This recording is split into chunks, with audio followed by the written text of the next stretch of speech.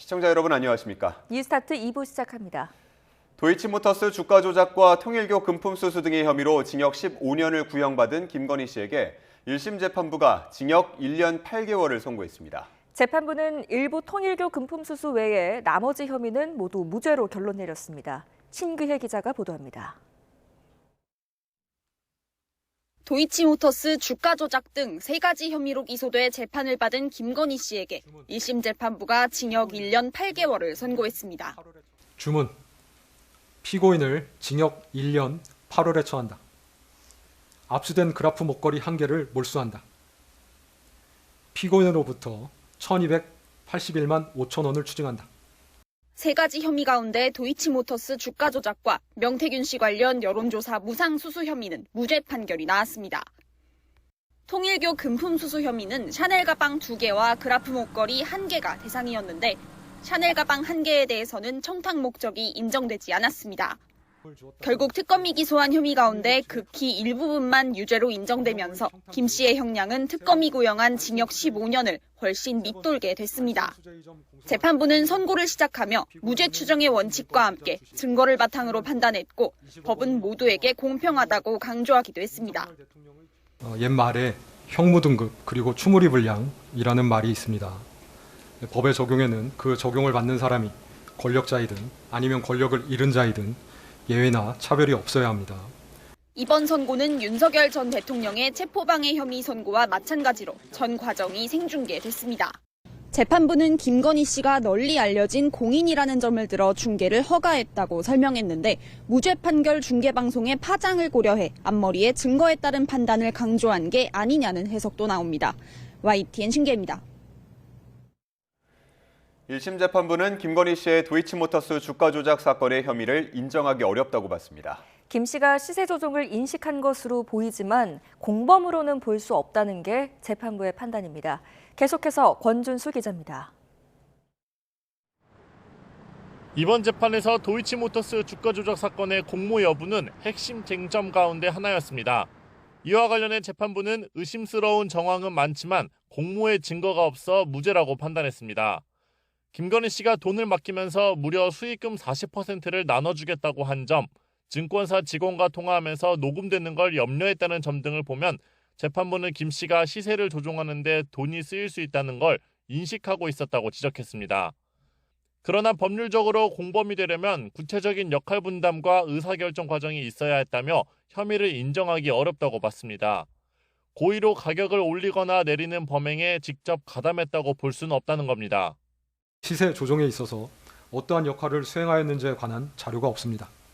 공모관계에 있는 내부자가 아니라 그 공모관계 밖에 존재하는 외부자, 즉 거래 상대방으로 취급되었기 때문으로 또 2010년부터 2012년까지 2년 넘는 기간 이뤄진 3,127회의 거래를 하나의 계속된 범행으로 보지 않고 시기별로 나눠 판단하면서 일부는 이미 공소시 후 10년이 지났다고 판단했습니다. 이미 유죄 판단을 받은 권오수 전 회장 등과 직접 연결된 거래는 공소시효가 중단됐지만 범죄의 증명이 없다고 설명했습니다. 다만 재판부가 판단 대상은 아니라면서도 김 씨의 주가 조작 방조를 변론으로 언급하며 여지를 남겼다는 해석도 나옵니다. YTN 권준수입니다. 재판부는 명태균 씨를 통한 여론조사 무상수수 혐의 역시 무죄로 판단했습니다. 윤석열 전 대통령 부부가 재산상의 이득을 보지 않았다는 게 재판부의 결론입니다. 안동준 기자가 취재했습니다. 재판부는 김건희 씨의 여론조사 무상수수 혐의, 이른바 명태균 게이트 역시 무죄라고 판단했습니다. 윤석열 전 대통령 부부가 명 씨로부터 여론조사를 받아본 것을 이익으로 볼 수 없다는 게 골자입니다. 이를 두고 피고인 부부가 여론조사 비용 상당의 재산상 이익을 취득한 것으로 볼 수 없습니다. 혐의가 성립되기 위해서는 윤 전 대통령 부부에게만 여론조사가 전속적으로 제공돼야 하지만 재판부는 명 씨가 다른 사람에게도 이를 배포했다고 봤습니다. 명 씨와 여론조사 관련 계약을 체결한 바 없고 김영선 전 의원의 공천을 약속받았다고 단정하기 어렵다는 점도 판단 근거로 제시했습니다. 실제 김영선에 대한 공천은 국민의힘 공천심사위원회에서 위원들 사이의 토론을 거쳐 투표에 의하여 결정된 것으로 보입니다. 김건희 씨 재판부의 무죄 판단으로 같은 혐의 공범으로 기소된 윤 전 대통령 재판도 영향이 불가피해졌습니다. 같은 사실관계를 두고 재판이 이루어지는 만큼 앞선 재판부의 판단을 무시할 수 없기 때문입니다. 윤 전 대통령의 재판은 한덕수 전 국무총리에게 징역 23년을 선고한 이진관 부장판사가 심리합니다. 오는 3월부터 시작되는 윤 전 대통령의 재판에서 특검은 앞선 재판부의 무죄 판단을 뒤집기 위해 총력을 기울일 전망입니다. YTN 안동준입니다. 김건희 씨는 1심 선고에 대해 재판부의 엄중한 지적을 겸허히 받아들이고 그 무게를 가볍게 여기지 않겠다고 밝혔습니다. 김 씨 변호인단은 판결 이후 서울 남부구치소에서 김 씨를 접견한 뒤 이 같은 내용의 입장을 전달했습니다. 김 씨는 이어 다시 한번 자신으로 인해 심려를 끼쳐드린 점에 대해 송구하게 생각한다고 덧붙였습니다. 김건희 특검은 김 씨의 도이치모터스 주가 조작 등 1심 판결에 대해 도저히 수긍하기 어렵다며 항소 방침을 밝혔습니다. 특검은 언론 공지를 내고 법원의 공동정범 관련 판단과 정치자금 기부 관련 판단, 청탁 관련 판단 등은 법리적으로는 물론 상식적으로도 납득하기 어려운 논리라며 이같이 밝혔습니다. 이어 유죄 부분에 대한 법원의 양형 판단도 사안에 비춰 매우 미흡해 이를 바로잡기 위해 항소할 예정이라고 덧붙였습니다. 김건희 씨 재판에서 통일교에서 받은 목걸이와 샤넬백 1개의 청탁 대가성이 인정된 가운데 이를 건넨 윤영호 전 통일교 세계본부장 역시 1심에서 징역형을 선고받았습니다. 또 윤 전 본부장으로부터 1억 원을 받은 혐의를 받고 있는 권성동 의원에게도 징역 2년이 선고됐습니다. 염혜원 기자입니다. 윤영호 전 통일교 세계본부장이 받는 혐의는 정치자금법 위반과 청탁금지법 위반, 업무상 횡령 등입니다. 재판부는 정치자금법 위반 혐의는 징역 8개월, 업무상 횡령과 청탁금지법 위반에 대해서는 징역 6개월 등 모두 1년 2개월의 실형을 내렸습니다. 앞서 열린 김건희 씨 선고에서 재판부는 윤 전 본부장이 건넨 샤넬백 하나와 6,200만 원 상당의 그라프 목걸이를 수수한 점을 인정했습니다. 윤 전 본부장도 같은 재판부의 판단을 받게 된 만큼 해당 부분은 유죄로 인정됐습니다. 여기에 그라프 목걸이의 경우 통일교 교단 자금으로 구매해 횡령이 맞다고 봤습니다. 다만 한학자 총재의 원정 도박과 관련해 경찰 수사 정보를 입수해 증거를 없앤 부분은 특검법상 수사 대상을 넘어섰다고 보고 공소를 기각했습니다. 특검이 제출한 증거가 위법으로 수집된 거라는 윤 전 본부장 측의 주장은 받아들여지지 않았습니다. 이어 열린 권성동 의원 재판 결과도 크게 다르지 않았습니다. 권 의원은 윤 전 본부장에게 통일교 지원 등을 요청받고 그 대가로 1억 원을 받은 혐의가 인정돼 징역 2년을 선고받았습니다. 특히 재판부는 국회의원은 국민 누구보다 청렴이 요구되는 자리라며 정치자금법 입법 취지를 훼손하고 헌법의 책무를 저버렸다고 지적했습니다. 또 범죄의 증거가 명확한데 수사 단계부터 줄곧 공소 사실을 부인하며 반성의 기미를 보이지 않고 있다고 질타했습니다. 하지만 권 의원은 1심 판결은 법리와 사실 판단 모두 도저히 납득할 수 없다며 즉시 항소의 뜻을 밝혔습니다. YTN 염혜원입니다.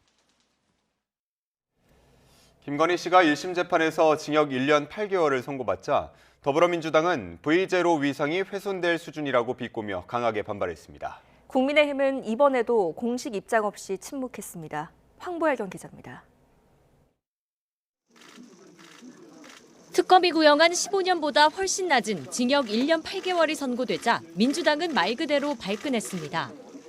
헌정사상 처음으로 전직 대통령 부부가 나란히 법적 처벌을 받았다고 평가하면서도 국정을 망친 죄값에 비하면 턱없이 부족하다고 직격했습니다.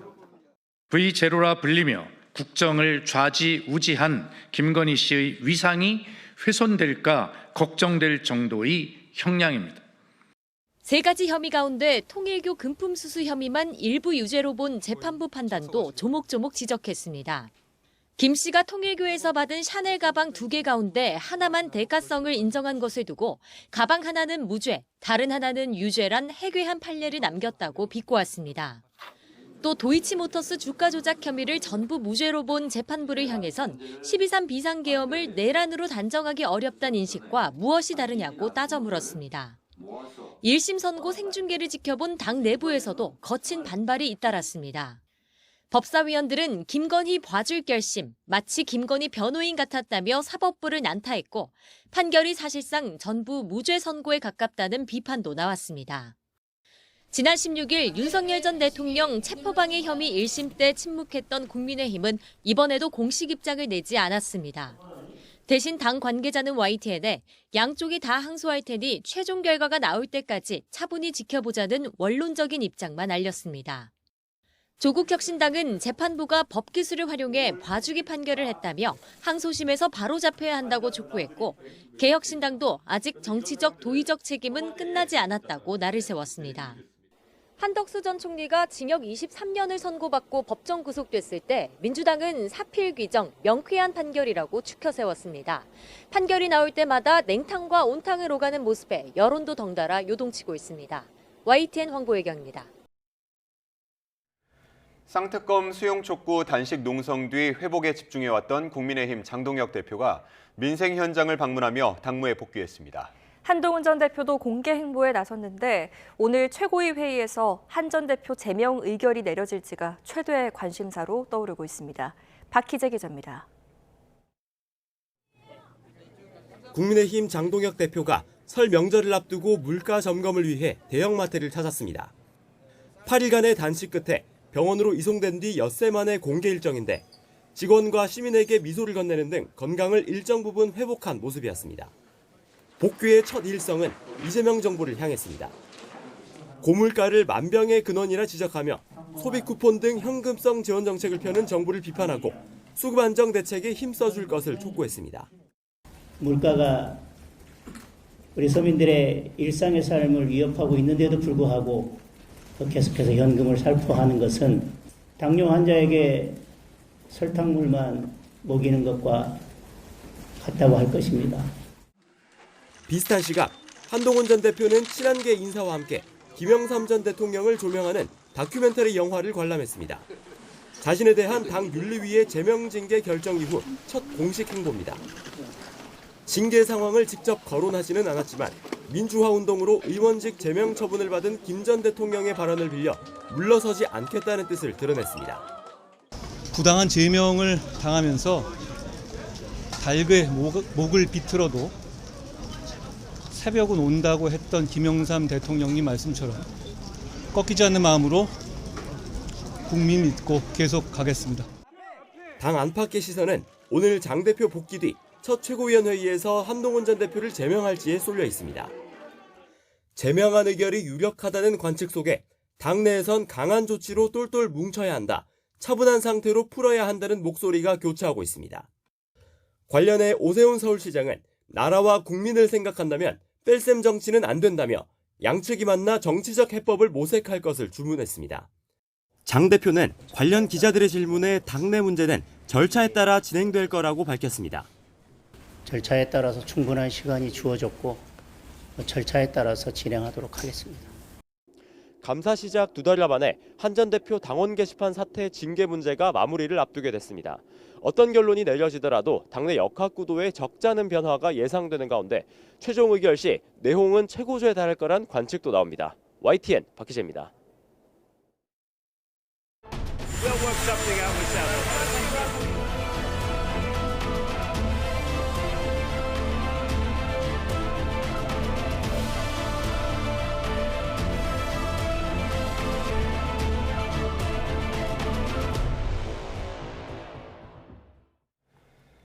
트럼프 미 대통령의 관세 인상 발언 후 소집된 국회 외교통일위원회에서는 무능한 외교 탓에 뒤통수를 맞았다는 야당의 질타가 쏟아졌습니다.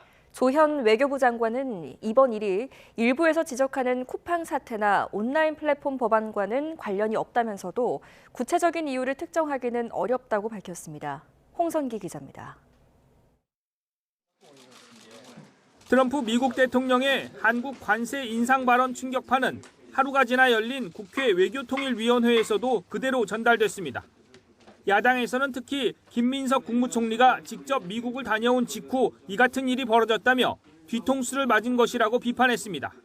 다녀오고 난 다음에 26일 날 귀국하셨는데 27일 날 트럼프 대통령이 이 관세 올리겠다고 나왔단 말이죠. 한 라인이 아니라 핫바지 라인이다. 아니면 노라인 정도 수준일 것 같다는 생각이 듭니다. 또 온라인 플랫폼 법안 등과 관련해 미국 측에서 우려를 표하는 등 사전 경고를 보냈는데도 우리 외교 당국이 이를 무시했다고 지적했습니다. 조현 외교부 장관은 그러나 쿠팡 사태나 온라인 플랫폼 법안 문제는 이번 일과 관련이 없다고 밝혔습니다. 그 메시지가 나온 뒤에 저희들이 국무부와 접촉한 바로는 쿠팡이 나온 불법과는 직접적인 관계가 없는 것으로. 조 장관은 그러나 트럼프 대통령이 갑자기 관세 인상을 주장하고 나온 구체적이거나 합리적인 이유는 알 수 없다고 밝혔습니다. 여당에서는 트럼프 미 대통령이 외교 관행에 벗어난 조치를 하고 있는데 이것을 우리 문제로 매도하는 건 잘못이라며 엄호에 나섰습니다. 우리 정부가 또는 우리 국회가 또는 뭐 여당이 잘못된 것이냐 이렇게 굉장히 스스로를 자책하는 이런 태도는 근본적으로 잘못됐고 범여권인 조국혁신당에서는 한 발 나아가 미국 측에 항의를 해야 할 일이라고 지적하기도 했습니다. YTN 홍성기입니다. 청와대는 트럼프 미 대통령이 한국산 제품에 대한 관세를 다시 인상하겠다고 발언한 배경과 관련해 미국의 불만은 100% 국회의 입법 지연에 있다고 본다고 밝혔습니다. 김용범 정책실장은 어제 기자간담회에서 한국에서 법 심의가 끝나야 대미투자 펀드 절차가 시작된다는 걸 미국도 알고 있고 그게 기대보다 느리다고 생각한 것 같다며 이같이 말했습니다. 이어 2월에는 특별법 입법이 필요하다는 설명을 국회에 충분히 하겠다며 미국에도 우리 정부와 국회가 이런 노력을 한다는 점을 상세히 설명하는 등 차분히 대응하며 해결책을 모색하겠다고 덧붙였습니다. 캐나다 초계 잠수함 수주 지원을 위해 캐나다에 머물고 있는 김정관 산업부 장관이 오늘 미국으로 급파됩니다. 산업통상부는 미국 동부 시간으로 28일 저녁, 우리 시각으로는 오늘 오전 9시 25분에 김 장관이 미국 워싱턴 DC로 향한다고 밝혔습니다. 김 장관은 오전 11시 25분 댈러스 공항에 도착할 예정입니다. 김 장관은 트럼프 대통령이 관세 복원 카드를 꺼낸 것과 관련해 현지에서 상황을 파악하고 러트닉 미 상무부 장관과의 협의를 추진할 것으로 보입니다. 미국의 중앙은행인 연방준비제도가 올해 첫 통화정책회의인 연방공개시장위원회 FOMC 회의에서 금리 동결을 발표했습니다. 제롬 파월 연준 의장에게 금리 인하를 압박해왔던 트럼프 대통령은 곧 후임 의장을 지명해 기준금리를 크게 내릴 것이라고 공언했습니다. 뉴욕 연결해서 자세한 소식 알아보겠습니다. 이승윤 특파원, 새해 첫 FOMC에서 기준금리가 동결됐네요. 네, 그렇습니다. 경제 전문가들은 연준이 이틀간의 FOMC 회의를 마친 뒤 실업률은 이 안정 조짐을 보였고 경제 활동이 탄탄하게 확대되고 있다면서 기준금리를 동결했습니다. 연준은 고용 냉각을 우려해 지난 세 차례 연속 금리를 인하했으며 현재 기준금리는 3.5에서 3.75% 사이입니다. 하지만 탄탄한 미국 GDP 성장, 상대적으로 낮은 실업률, 끈질긴 인플레이션으로 인해서 연준 위원들은 금리 인하 사이클을 멈추고 관망세로 전환했습니다. 연준 위원 가운데 10명은 동결에 찬성했고 친트럼프 성향의 스티브 마이런 연준 이사와 제롬 파월 연준 의장의 후임으로 거론되고 있는 크리스토퍼 월러 연준 이사는 0.25%포인트 금리 인하를 주장하면서 이에 반대했습니다. 연준은 고용 증가세는 둔화했고 인플레이션은 여전히 다소 높은 수준이며 경제 전망 불확실성이 여전히 높다고 진단했습니다. 경제 전문가들은 연준 위원들이 다시 금리를 내리기 전에 더 명확하고 지속적인 물가 상승 둔화나 노동시장 상황 악화의 증거를 확인할 것으로 분석했습니다. 다만 연준은 후반기에 추가적인 목표 금리 범위 조정의 시기와 폭을 검토한다는 문구를 유지해서 금리 인하 가능성은 열어뒀고 월가에서는 올해 한 차례에서 세 차례 정도 금리 인하를 예상하고 있습니다. 제롬 파월 연준 의장의 발언을 직접 들어보시죠. Having lowered our policy rate by 75 basis points over the course of our previous 3 meetings, we see the current stance of monetary policy as appropriate to promote progress toward both our maximum employment and 2% inflation goals. 그런데 트럼프 대통령은 곧 연준 의장 후임을 발표할 거라면서 금리가 크게 내릴 거라고 공언했다고요. 네, 그렇습니다. 제롬 파월 연준 의장은 후임 의장에게 정치와는 거리를 두라고 조언할 것이라면서 트럼프 대통령에게 간접적으로 경고 메시지를 날렸습니다. 트럼프 대통령은 오는 5월 임기가 끝나는 제롬 파월 연준 의장의 후임으로 훌륭한 연준 의장을 곧 발표할 것이며 금리를 크게 내릴 것이라고 말했습니다. 트럼프 대통령의 발언 직접 들어보시죠. Jerome, too late, pal. He wants to keep rates as high as possible. Despite that, we've driven rates down. Well, we have a great Fed chairman. I think we're going to have one. I'll announce it pretty soon. You'll see rates come down a lot. 트럼프 행정부는 사기 의혹을 제기하며 리사 쿡 연준 이사의 축출을 시도하고 연준 공사 문제를 빌미로 파월 의장에 대한 수사에 착수했습니다. 파월 의장은 이례적으로 형사기소 위협에 대해 비판하면서 트럼프 대통령이 통화정책에 영향력을 행사하려는 구실에 불과하다는 입장을 밝혔습니다. 시장의 시선은 이제 새 의장이 앞으로 연준 위원들을 설득해서 금리 인하를 끌어낼 수 있을지에 쏠려 있습니다. 경제 전문가들은 올해 인플레이션이 정점을 찍고 하락하기 시작할 것으로 보지만 더욱 중요한 것은 새로운 연준 의장이 저금리 시대를 여는데 더 개방적일 것이라는 점이라고 내다봤습니다. 특히 차기 의장이 정치적 독립성을 유지하면서 물가 안정과 최대 고용이란 연준의 양대 임무를 계속 잘 수행할 수 있을지 투자자들에게 확신을 주기가 전임 의장들보다는 더욱 어려워질 것으로 보고 있습니다.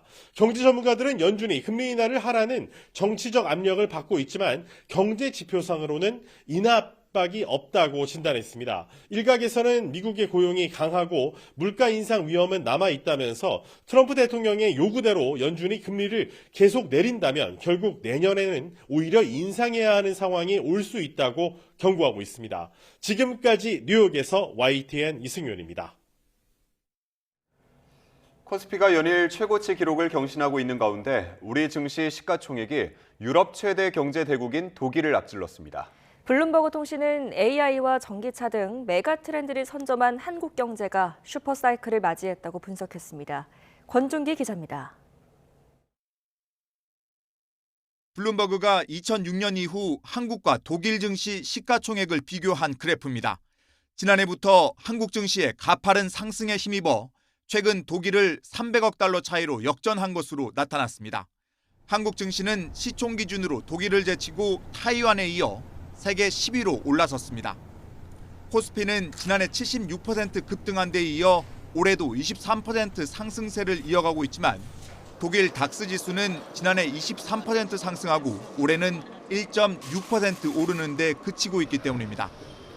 블룸버그는 한국이 2020년대 메가 트렌드인 인공지능과 전동화, 방산의 병목 지점에 동시에 자리한 유일한 시장이라며 강점을 부각했습니다.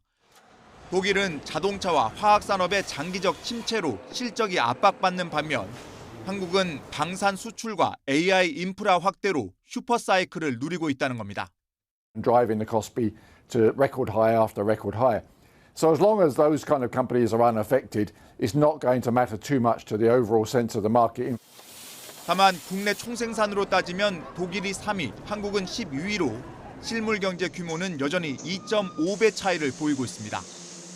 전문가들은 증시의 열기가 내수 소비와 건설 등 실물 경기 전반으로 확산되는 것이 향후 지속 성장의 핵심 과제가 될 것으로 분석했습니다. YTN 권준기입니다.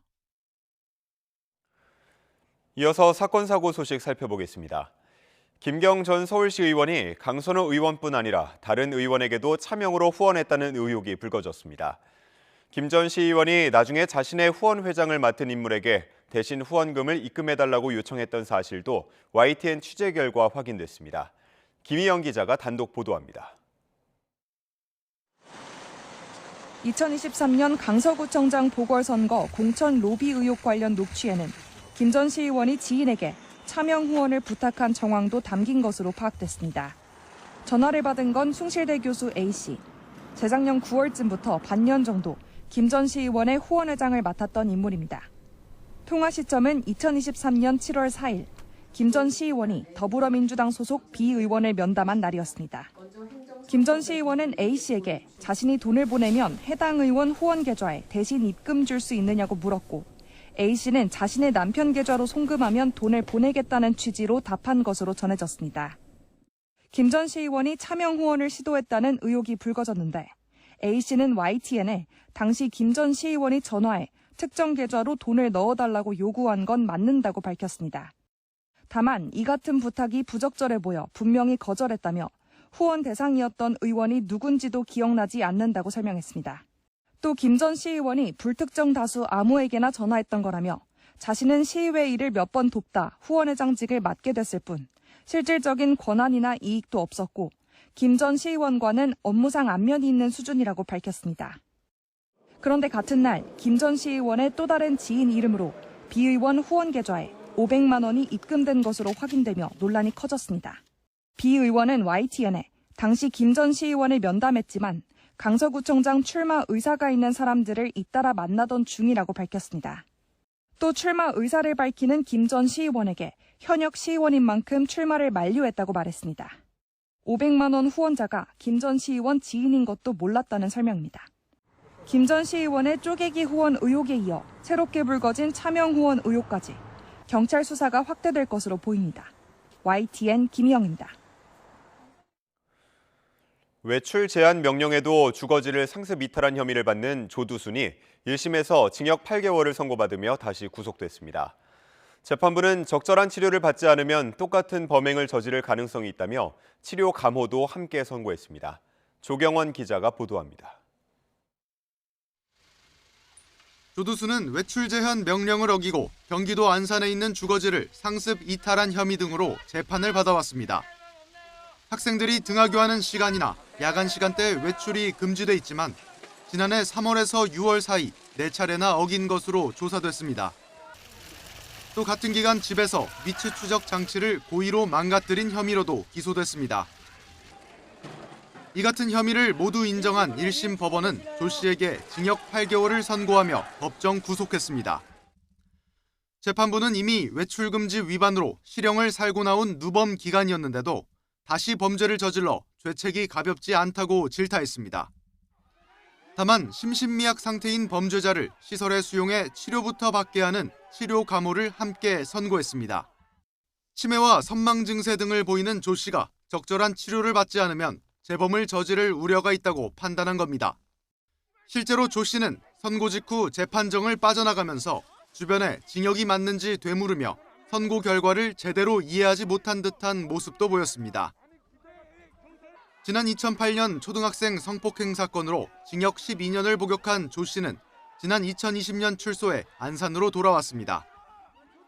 지난 2024년에도 무단 외출로 징역을 3개월 살고 나온 데 이어 지난달엔 신상정보 공개 기간이 만료되면서 거주지 확인이 불가능해졌습니다. 이에 지역사회의 우려는 계속해서 커졌지만 이번 선고로 조 씨는 1년 7개월 만에 다시 사회에서 격리되게 됐습니다. 당초 조 씨에게 구형했던 징역 2년에 못 미치는 선고 결과를 받아든 검찰은 항소를 검토하겠다고 밝혔습니다. YTN 조경원입니다. 위례 신도시 개발비리 사건 1심에서 유동규 전 성남도시개발공사 본부장 등 피고인 전원이 무죄를 받았습니다. 서울중앙지방법원은 어제 부패방지법 위반 혐의로 기소된 유 전 본부장과 민간업자인 남욱 변호사 등 5명에게 무죄를 선고했습니다. 재판부는 이들이 내부 비밀을 이용해 재산상 이익을 얻은 것은 인정된다면서도 직접적인 이익은 사업권일 뿐이라며 수년 뒤에 발생한 배당 이익이 아니라고 설명했습니다. 이어 실제 배당금을 받기까지는 성남시의 주택사업 승인과 분양 등 별개의 절차와 제3자의 행위가 수반된다며 직접적인 인과관계를 인정하기 어렵다고 판단했습니다. 지금까지 사건 사고 소식 살펴봤습니다.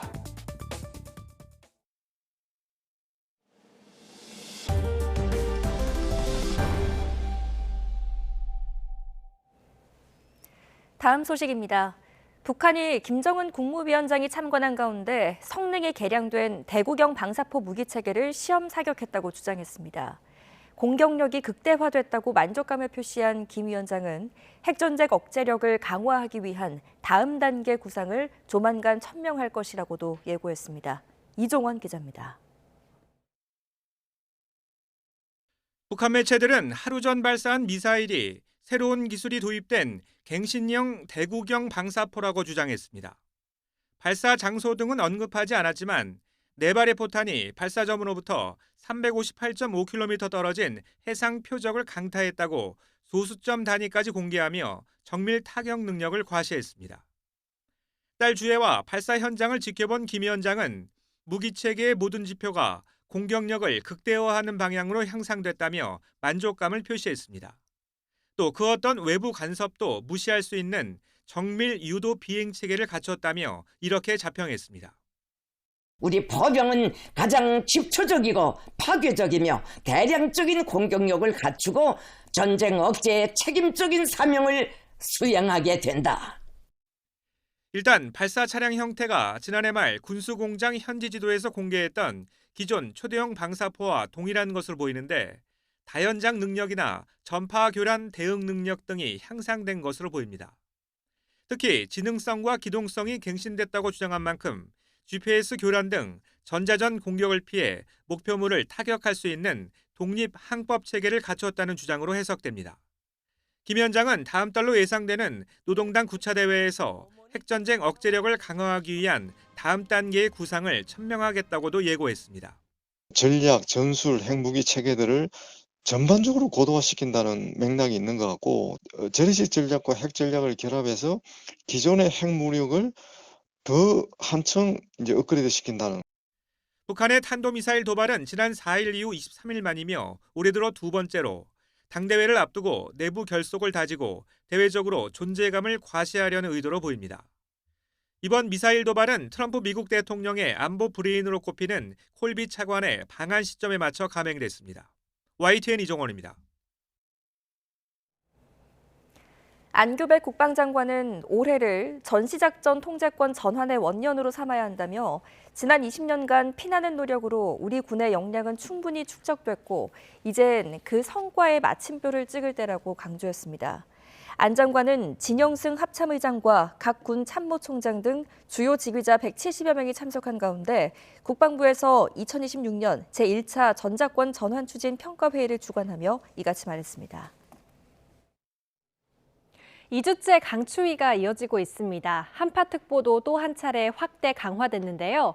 경기 북부와 영서 등에는 한파경보가 내려져 있고 서울을 비롯한 내륙 곳곳에는 한파주의보가 발령됐습니다.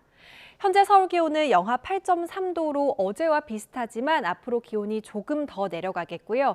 내일은 서울 아침 기온이 영하 12도까지 내려가면서 지난주와 비슷한 강추위가 나타나겠습니다. 이번 한파는 주말 낮부터 조금씩 풀릴 것으로 예상됩니다. 동쪽 지역은 대기 건조함이 극심합니다. 현재 서울 등 일부 수도권과 동쪽을 중심으로 건조특보가 내려져 있는데요. 영동 지역과 영남 지역은 산불 위기경보 경계 단계도 내려진 만큼 불씨 관리를 더욱 잘하셔야겠습니다. 오늘은 전국이 대체로 맑겠지만 제주도에는 1에서 5cm의 눈이 오겠고요. 울릉도 독도는 내일까지 최고 10cm의 눈이 내려 쌓이겠습니다. 현재 기온 보겠습니다. 현재 대전이 영하 6.9도, 대구는 영하 3.3도를 보이고 있습니다. 한낮 최고 기온은 서울 영하 1도, 대구와 광주 4도에 그치겠습니다. 날씨였습니다. 미국 연방공개시장위원회가 올해 첫 정례 회의를 열고 기준금리를 동결하기로 했습니다. 트럼프 미 대통령은 곧 후임 연준 의장을 지명해 금리를 크게 내릴 거라고 말했습니다. 법원이 김건희 씨에게 징역 1년 8개월을 선고했습니다. 재판부는 통일교 금품 수수 혐의만 유죄로 인정하고 나머지 혐의는 모두 무죄로 판단했습니다. 통일교 측으로부터 불법 정치자금 1억 원을 받은 혐의로 기소된 권성동 의원에게 징역 2년이 선고됐습니다. 권 의원과 김건희 씨에게 금품을 제공한 혐의로 재판에 넘겨진 윤영호 전 통일교 세계본부장도 실형을 선고받았습니다. 외출 제한 명령을 거듭 위반하고 전자발찌까지 훼손한 조두순이 1심에서 징역 8개월을 선고받고 다시 구속됐습니다. 법원이 윤석열 전 대통령에 이어 김건희 씨에게도 실형을 선고하며 윤 전 대통령 부부는 동시에 징역을 살게 됐습니다. 전직 대통령 부부가 나란히 실형을 선고받은 건 헌정사 최초입니다. 유서연 기자입니다. 윤석열 전 대통령은 고위공직자 범죄수사처 체포 방해 혐의 등으로 1심에서 실형을 선고받았습니다. 주문, 피고인을 징역 5년에 처한다. 그리고 12일 만에 통일교 금품수수 의혹 등으로 재판에 넘겨졌던 배우자 김건희 씨에게도 실형이 선고됐습니다. 주문, 피고인을 징역 1년 8월에 처한다. 전 대통령 부부가 동시에 실형을 선고받은 건 헌정사상 첫 사례입니다. 각각 징역 5년, 1년 8개월인 윤 전 대통령 부부의 형은 더 늘어날 가능성이 큽니다. 부부가 모두 여러 차례 기소돼 아직 법적 판단을 기다려야 하는 혐의가 남아있기 때문입니다. 먼저 윤 전 대통령의 경우 다음 달 19일 내란 우두머리 혐의 사건 재판 선고가 예정돼 있는데 특검은 사형을 구형한 상태입니다.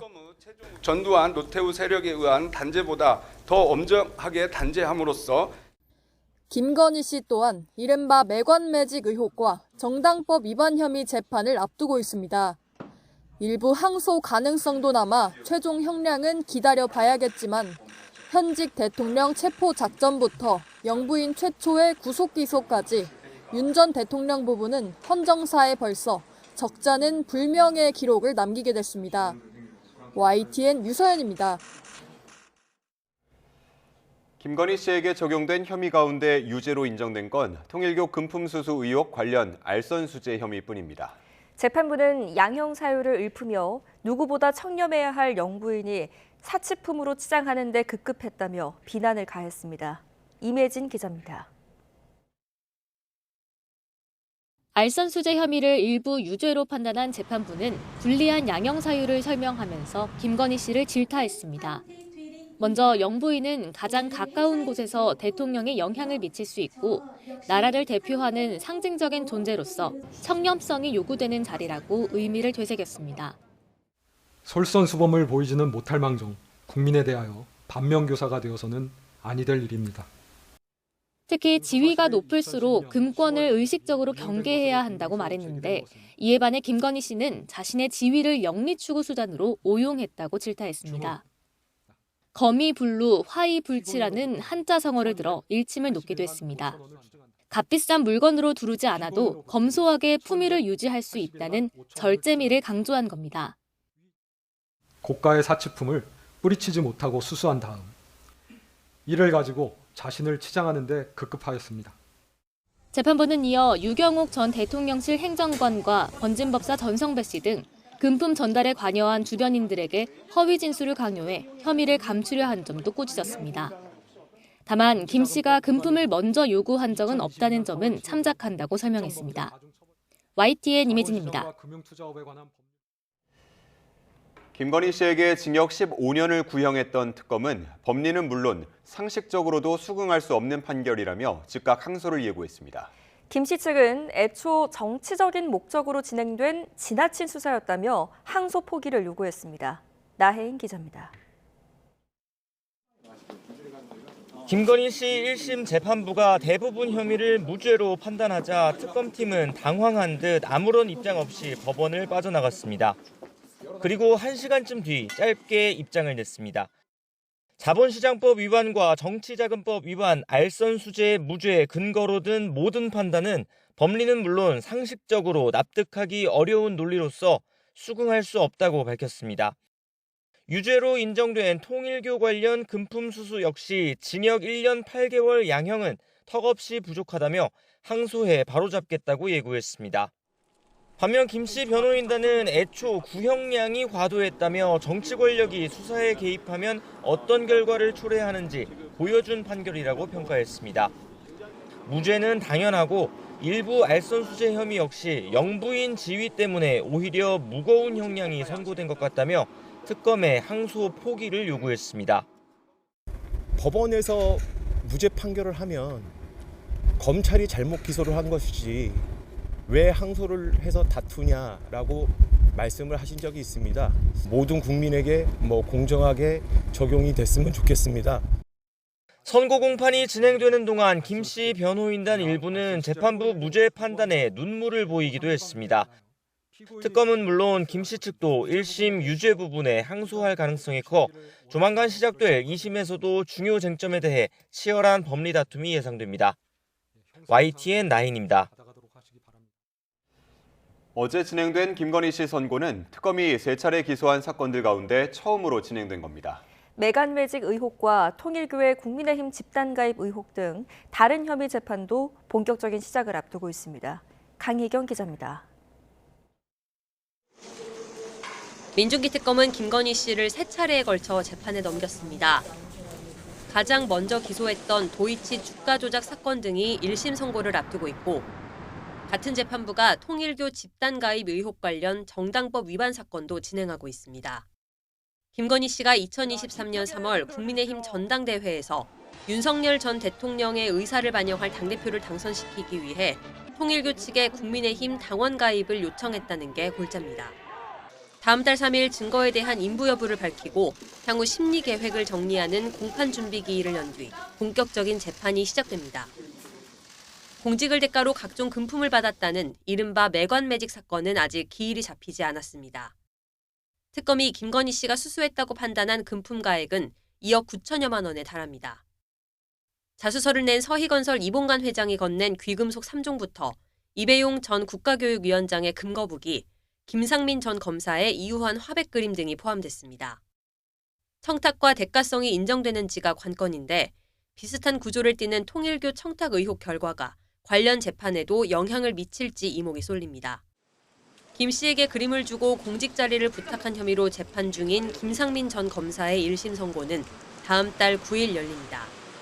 같은 범죄 사실을 공유하는 만큼 향후 김 씨 재판에도 영향을 미칠 전망입니다. YTN 강희경입니다. 이해찬 전 국무총리의 빈소에는 이틀째 조문객의 발걸음이 이어지며 진영을 넘어선 통합의 장이 됐습니다. 당무를 사실상 멈춘 민주당이지만 장례식장에서 최고위를 열고 공천관리위원회에 현역 의원 참여를 최소화한다고 밝혔습니다. 강민경 기자입니다. 이해찬 전 국무총리의 장례 이틀차, 김민석 국무총리와 민주당 정청래 대표는 변함없이 빈소를 지켰습니다. 김부겸 전 국무총리와 유시민 작가가 연이틀 함께했고 임종석 전 의원도 침통한 표정으로 장례식장을 찾았습니다. 공천 구원과 계파 갈등으로 삐걱대던 범여권이 지금의 민주당 토대를 닦은 고인의 뜻을 기리며 하나로 뭉치는 듯한 모습입니다. 무슨 말씀을 드려야 할지 생각이 잘 안 나요. 너무 빈자리가 너무 커 보입니다. 정부와 정재계의 추모 행렬이 이어진 가운데 야권 인사들의 조문도 부쩍 늘었습니다. 2004년부터 외교부 장관으로 근무를 하면서 당시에 국무총리셨던 이해찬 국무총리님을 국민의힘에서는 6선 조경태, 5선 윤상현 의원과 김성태 전 원내대표 등이 추모 행렬에 동참했습니다. 진영은 다르더라도 정치와 국가에 대한 헌신 봉사에 대해서 깊은 애도의 뜻을 표하고 장례위원회는 오는 토요일 발인 뒤 민주당사 노제를 거쳐 국회에서 연결식을 진행한다고 설명했습니다. 고인의 뜻에 따라 유해는 가족묘소에 안장할 예정입니다. 국립묘지로 권유를 받기도 했습니다만 가족들의 의사를 존중해서 1인 1표제와 조국혁신당 합당 논의 등으로 시끄럽던 민주당은 당무를 사실상 멈춘 상태입니다. 하지만 장례식장에서 비공개 최고위원회의를 열고 6월 지방선거 시도당 공관위에 현역 국회의원과 지역위원장을 대부분 배제하고 외부 인사 참여를 늘리기로 하는 안건을 서둘러 의결했습니다.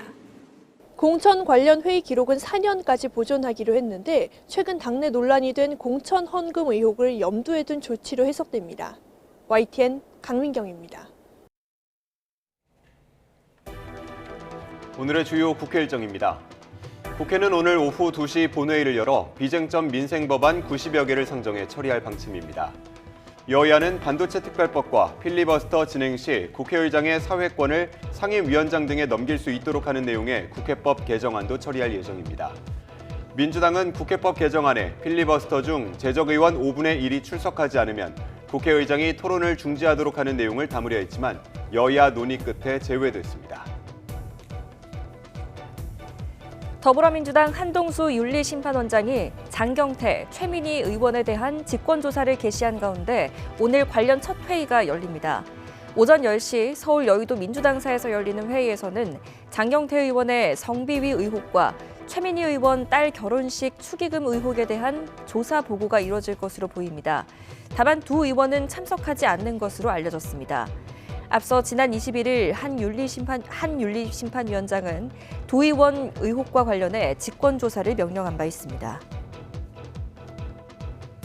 이른바 쌍특검 단식을 했던 국민의힘 장동혁 대표가 당무를 재개한 가운데 오늘 복귀 뒤 첫 최고위원회의가 열립니다. 회의에는 당원 게시판 사건 관련 한동훈 전 대표의 제명안이 의결될 가능성이 거론됩니다. 앞서 장 대표는 단식 투쟁 직전 한 전 대표의 윤리위 재심 청구 시간을 보장하겠다며 한 차례 안건 상정을 미뤘습니다. 관련해서 장 대표는 어제 첫 복귀 일정으로 물가 점검 간담회에 참석한 뒤 기자들과 만나 한 전 대표 측에 충분히 시간을 줬다며 당내 절차에 따라 진행될 거라고 밝혔습니다. 이재명 대통령이 국민 건강을 위해 담배처럼 설탕에도 부담금을 부과하는 문제를 화두로 던졌습니다.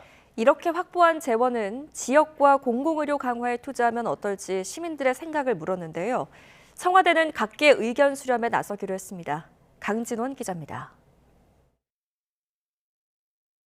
이재명 대통령이 첨가당을 과도하게 사용하는 기업에 부담금을 물리는 이른바 설탕세 도입 관련 기사를 SNS에 올렸습니다.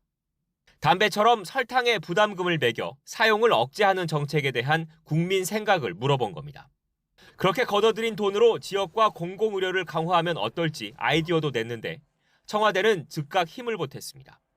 설탕 섭취로 인한 건강권 문제와 지역, 공공의료 재투자 재원으로서 설탕 부담금의 활용 방안 등을 각 분야 의견을 듣고 검토해 나가기로 했습니다.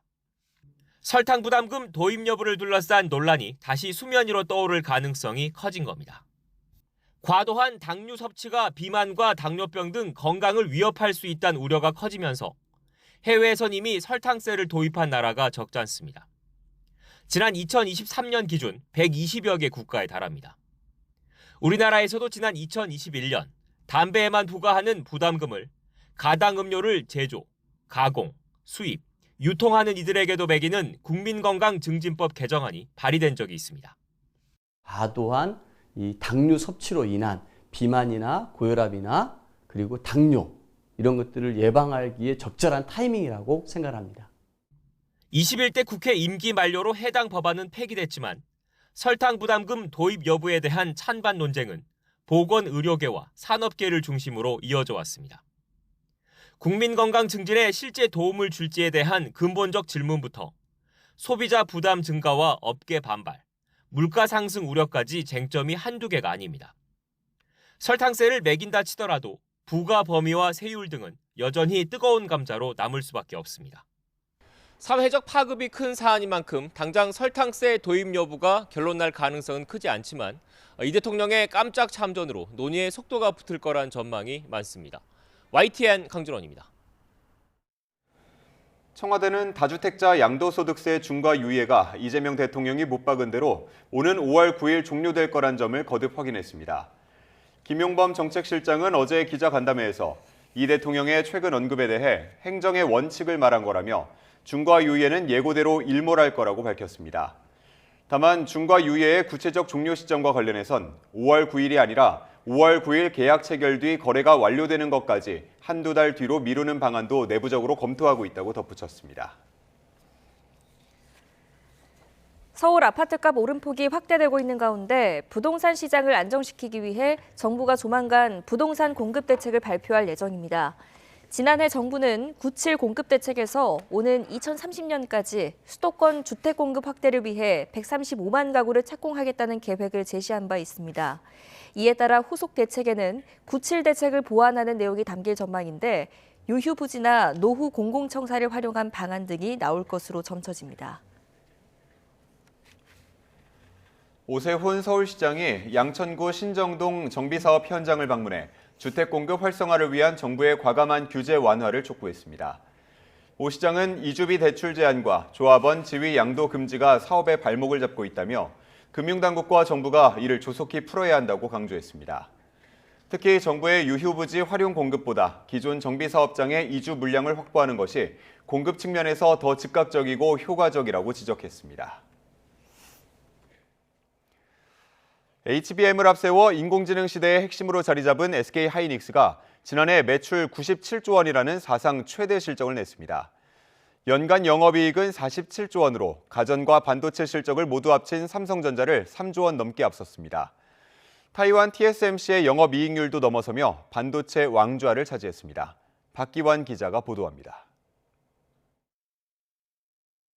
인공지능 열풍을 타고 날아오른 SK하이닉스는 지난해 실적에서도 신기록을 썼습니다. 매출은 역대 최대 기록이었던 지난 2024년보다 30조 원 더 늘어난 97조 원. 영업이익은 아예 2배 넘게 증가한 47조 2천억 원에 달했습니다. 엔비디아의 인공지능 반도체 등의 필수적인 고대역폭 메모리, HBM 수요가 크게 늘어난 덕입니다.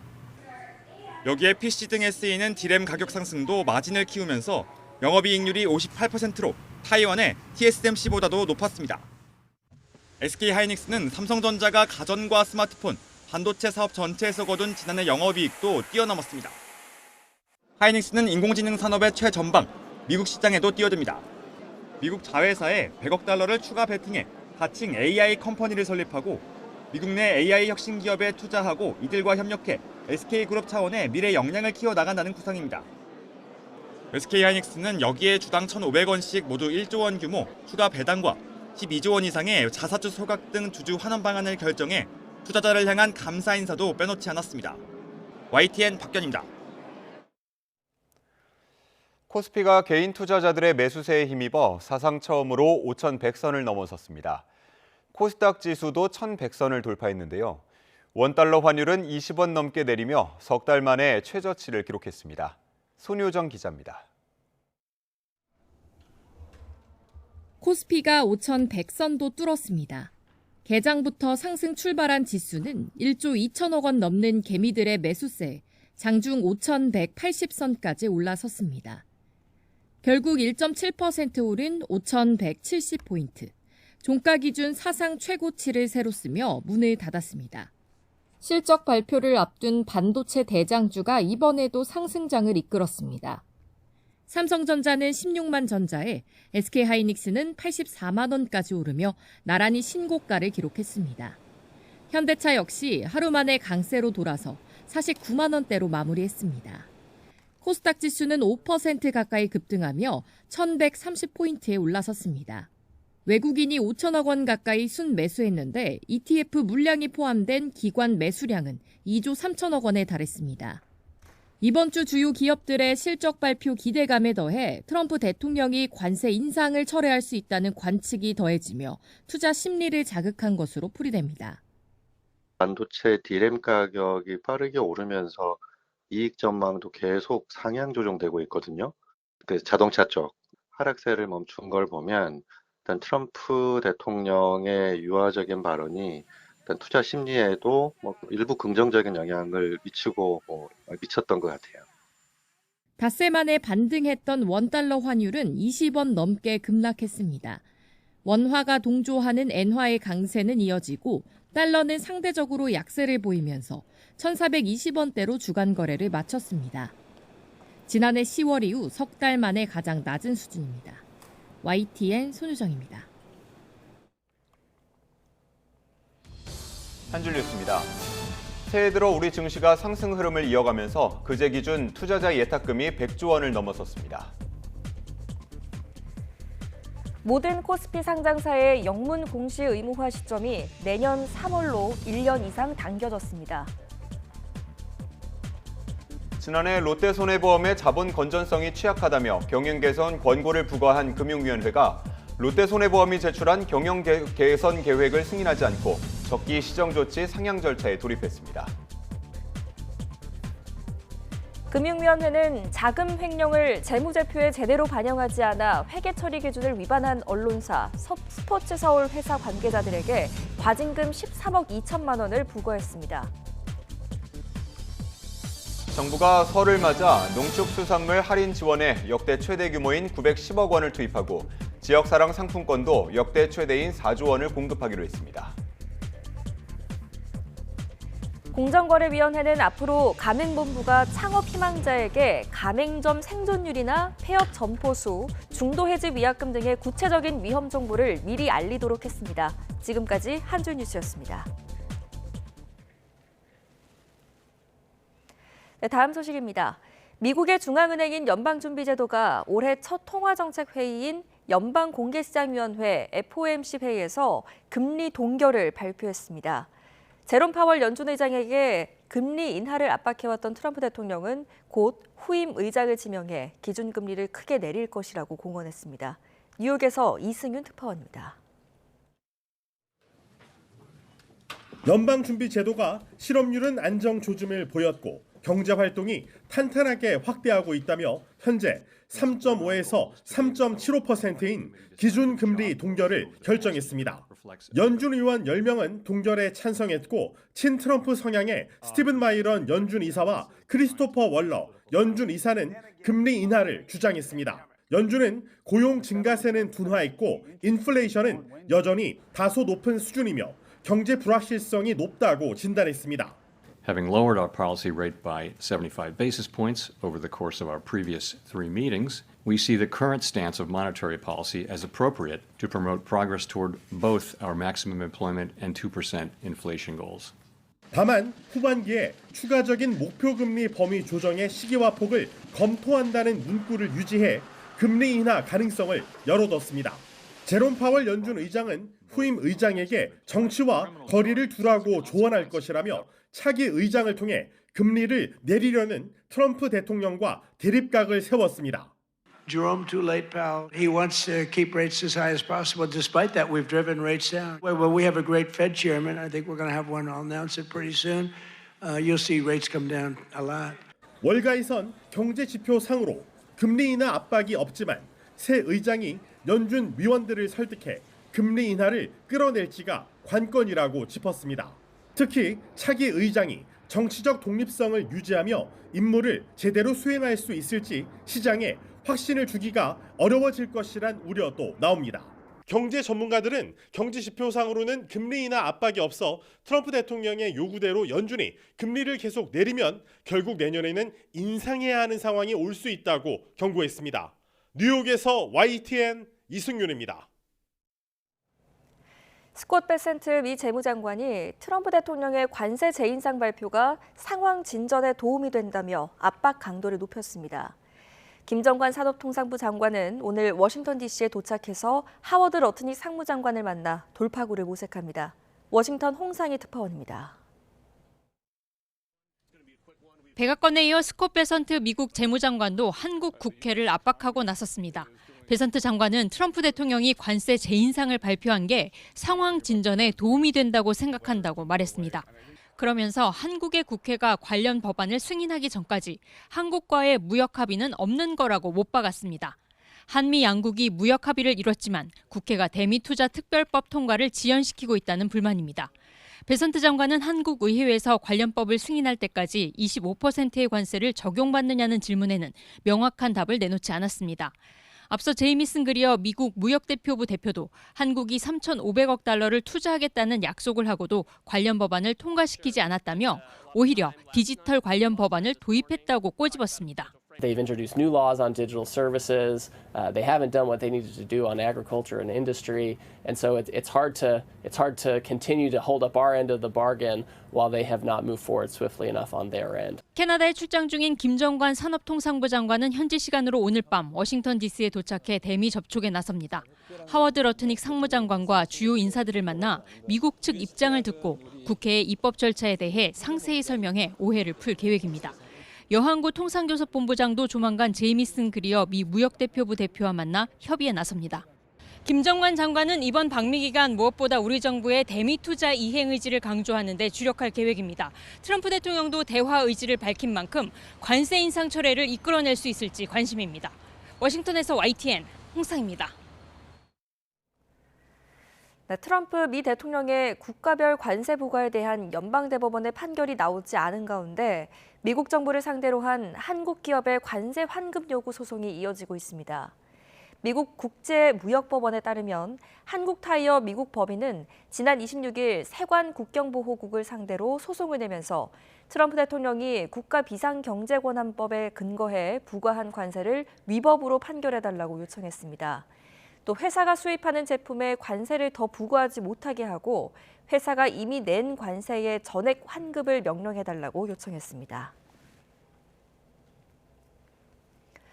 트럼프 미국 대통령이 이란으로 대규모 미국 함대가 향하고 있다며 연일 군사 압박 수위를 높이고 있습니다.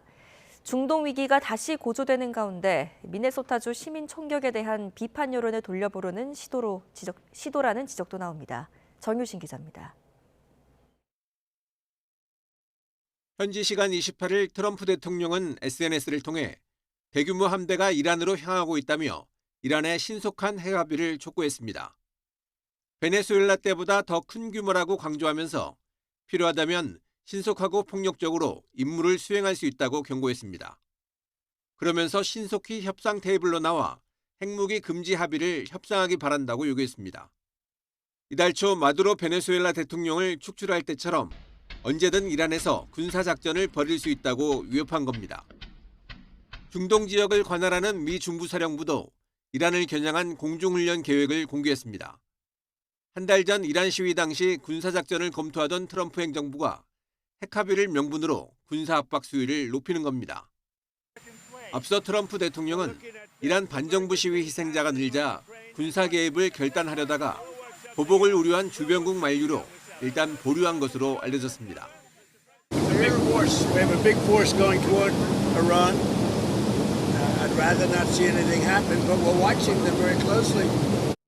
이란은 미국과 이스라엘의 공격에 대비해 이미 비상체제에 들어간 상태입니다. 유엔 주재 이란 대표부는 미국이 압박하면 이란은 스스로 방어하고 전례 없는 방식으로 대응할 것이라고 경고했습니다. مواضع ما مشخص هست. مذاکره با تهدید نمیتونه جور در بیاد و مذاکره در شرایطی باید صورت بگیره که از تهدیدها زیاده‌خواهی‌ها دست برداره.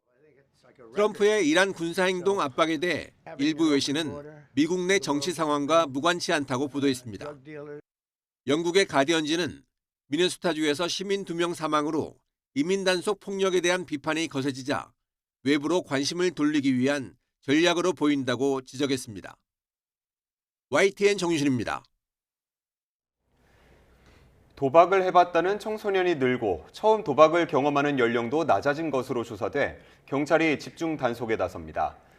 서울경찰청이 지난해 10월부터 7주 동안 서울 지역 초등학교 4학년부터 고등학교 3학년까지 34,779명을 대상으로 설문조사를 한 결과 도박을 시작한 나이에 대한 질문에 초등학교 5학년이라는 답변이 가장 많았는데 전년도에 중학교 1학년이 가장 많았던 것과 비교해 도박 시작 연령이 낮아지는 경향을 보였습니다. 조사에서는 돈을 걸고 내기를 통해 하는 일체의 온 오프라인 행위를 도박으로 정의했는데 이런 경험이 있는 청소년은 2.1%로 전년보다 0.6%포인트 늘었고 주변에서 도박을 목격했다는 비율도 20.9%로 전년도 10.1%에 비해 큰 폭으로 증가했습니다.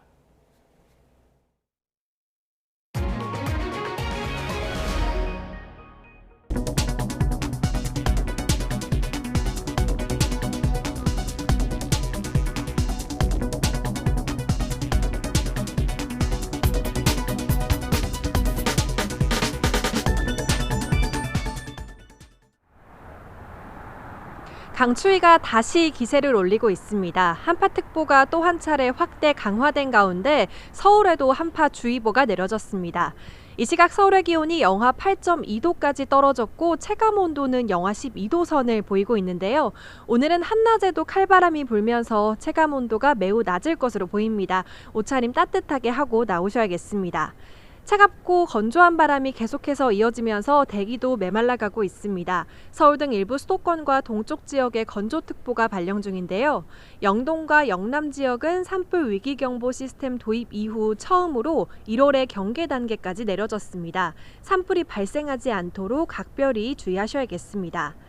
강추위도 기승입니다. 현재 철원의 기온이 영하 15.9도, 파주는 영하 14.7도로 한파 경보가 내려진 경기 북부와 영서 등에선 기온이 영하 15도 안팎으로 떨어져 있고요. 서울을 비롯한 내륙 곳곳에도 한파주의보가 발령 중입니다. 현재 기온은 서울이 영하 8.2도, 대전은 영하 7도, 부산은 영하 2.8도까지 떨어져 있습니다. 낮에도 서울은 영하 1도, 광주와 대구는 4도에 머물겠고 찬바람 탓에 체감 온도는 기온보다 5도 정도 낮겠습니다. 내일은 서울 아침 기온이 영하 12도까지 떨어지면서 추위가 절정에 달하겠고요. 이번 한파는 주말 낮부터 조금씩 풀리겠습니다. 오늘 제주도에는 최고 5cm의 눈이, 울릉도와 독도에는 최고 10cm의 눈이 내려 쌓이겠습니다. 당분간 내륙 지역은 대체로 맑겠습니다. 다만 그래도 내린 눈이 어는 곳이 많겠습니다. 미끄럼 사고를 조심하셔야겠습니다. 지금까지 YTN 이혜민입니다.